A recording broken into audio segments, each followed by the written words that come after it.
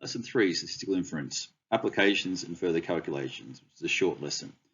Here we're going to determine different confidence levels based on previous confidence levels and calculating sample sizes required. Determining different confidence levels.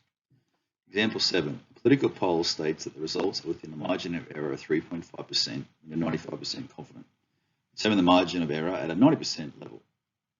The margin of error is your sigma of your sample times z equals the margin of error. So calculate the standard deviation.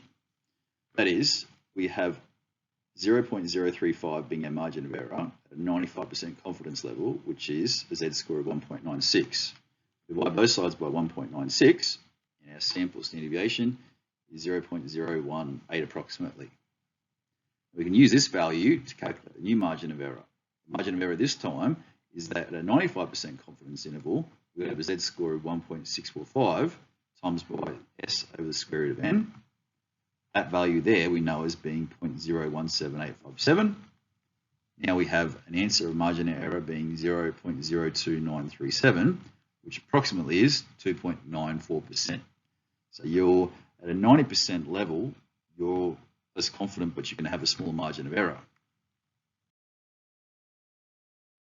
Determining sample size. At times, a researcher may need to know the sample size required to achieve a particular confidence level. The standard error formula, E equals Z multiplied by S over the square root of N, can be rearranged to yield. Number is Z times S over E, all squared.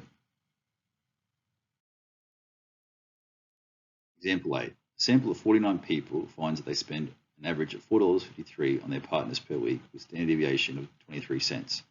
95%, the confidence interval is between $4.47 and $4.59. Determine the sample size needed to reduce the margin of error to 5 cents. Initial calculations. The margin of error is 5 cents, and that's Z multiplied by S over the square root of N. Now, assuming that S is 0.23 or 23 cents, we can determine N. So our Z score is 1.96, being a 95% confidence interval.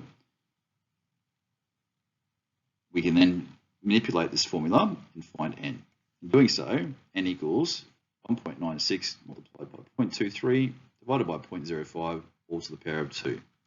That is, we need a sample size of approximately 81.3 people. That concludes lesson 3 of statistical inference. Now you can have a go at testing your understanding by completing the following question. We only have one more lesson left, I think, of statistical inference, which is lesson 4.